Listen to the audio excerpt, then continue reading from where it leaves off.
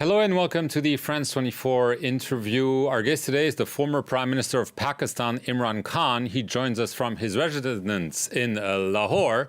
He is on bail since May 13. He had been arrested a few days earlier while appearing in a court in a corruption case, prompting a wave of violent protests and arrests. Mr. Khan, thank you very much for being with us. Could we say that you're essentially under house arrest while other cases are pending? Put it this way, I'm isolated because all my top leadership is arrested. Over 10,000 of my workers have been arrested. Anyone who supports PTI is either arrested or has gone underground. So people are hiding now. So basically, I mean, I'm quite isolated right now. Right. This Friday, the Interior Minister announced that 33 of your supporters have been handed over to the army to face military trials on charges of attacking military installations in the aftermath of your arrest. And he indicated in a press conference that yourself could face a military court. What is your reaction to this? Well, first, let me talk about myself. There are 150 cases on me right now. And 4 of the cases were when I was in prison. For 4 days, they put me in prison. So what happened when I was in prison? I was completely cut off from everyone else. How was I involved in 4 criminal cases when I was in prison? So what is happening is that the government and the establishment are petrified that whenever there are elections, and this is election year in Pakistan, that my party will sweep the elections. So what they're trying to do is to get me out of the way, either in prison, and what they have done now is this complete crackdown on anyone who is a PTI's a supporter, anyone who gives funds to the party, the political workers. There's a complete unprecedented crackdown. People are in jails right now, including women. Never in our history have women been treated the way they have been. So therefore, the situation right now is that they are desperate to dismantle my party, which is PTI. And one of the tactics now they are using is our military courts, because normal courts find it very difficult to convict anyone on these false charges. So I get bail in every case because the cases are frivolous. But now this new tactic coming in of military courts, which basically means the end of our democracy. As you mentioned, over the past few days, several prominent members of your party have either left their position, quit, including 2 former ministers, Shireen Mazari, Fawad Chaudhry. Is this the beginning of the end of the PTI? I should add that the defense minister said that the government is considering a ban on your party for attacking the state. Well, first, let me explain what they are, the reason why they are trying to ban the party. What's the reason behind it?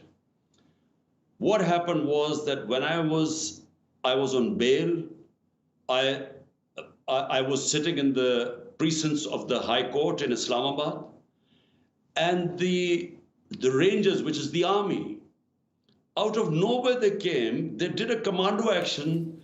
They beat up people around me. They beat up the staff of the High Court, and then they took me as if I was some sort of a terrorist. And it was all illegal. I was abducted.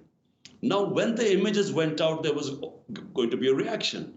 But unfortunately, this was used as a way, and I quote, this is exactly what Adolf Hitler did in 1933, when he used the fire in the Reichstag, in the parliament, as a way to crush the communists. This is what they've done right now. If there are 2 or 3 military buildings, especially the Corps Commander House, they were affected because of arson. Well, take action against those people who were involved. How come all over Pakistan, anyone who's at PTI has been arrested? Over 10,000 people, how can you arrest 10,000 people? And anyone who had nothing to do with arson. So it was just a pretext to really demolish my party, dismantle my party. And that's what they're doing right now. And these military courts is just, unheard of in a democracy. It means basically that our normal courts are not functioning. I mean, how can you have military courts in a democracy? Right.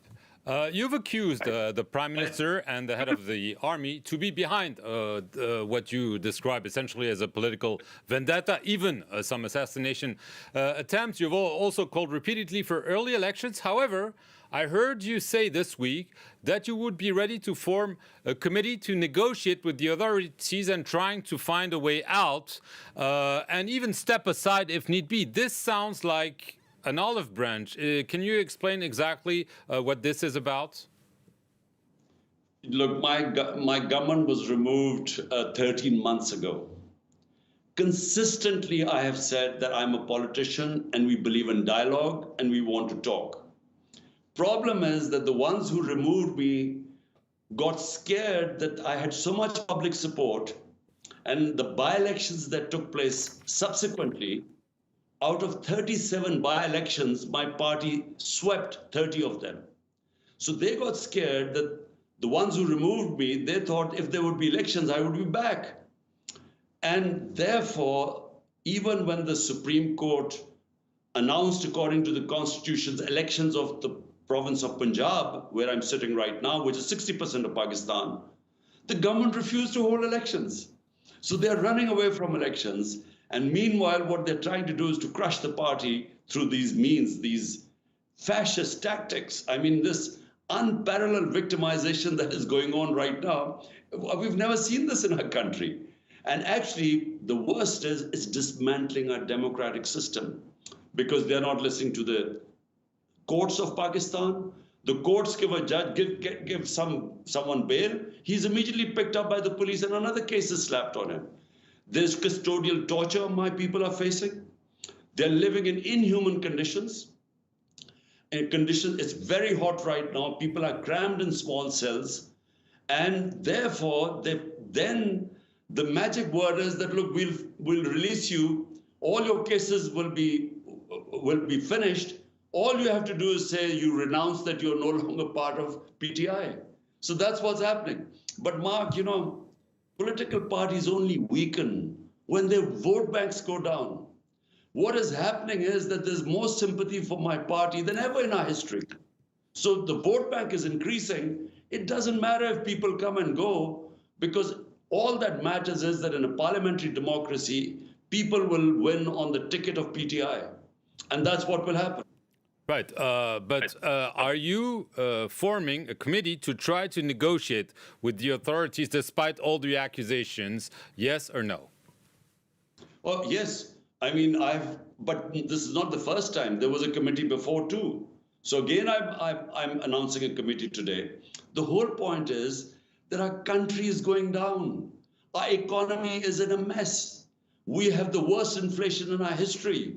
Our growth rate has gone into minus from 6.1%. So exports, everything is going down. The entire revenue collected by our government goes into servicing our debt. So we running our country on debts, on further loans. Therefore, my point is that right now, just to keep me out, the whole system is crashing. I mean, they're not holding elections. The courts, they don't listen to. The Constitution of Pakistan is discarded. So I'm saying that, look, why not hold talks and make me understand? If you think that I'm such a big threat to this country, well, on the negotiating table, make me understand. And if you don't want to hold the elections now in October, how does Pakistan benefit from that? Because our economy is sinking. Because there is no political stability, there will not be any economic stability. So all I'm saying is that let's sit down and talk rather than this victimization which is going on and the merciless persecution of my workers and all my senior leadership is in jail. They can only come out on one reason: if they renounce, if they leave my party. Right. Just an important point. You mentioned elections. You've called for early election. They're slated for October. From what you just say, I'm understanding that you could accept holding the elections on schedule, that is in October, and not necessarily continue to call for early elections. Is that correct, Imran Khan? Well, Mark, let me make you understand. If you dissolve, out of the 4 provinces, my party was in power in 2 of them, which is 70% of Pakistan. So the constitution says if you dissolve your government, the elections have to be held in 90 days. This is the constitution of Pakistan. So I dissolved my 2 governments.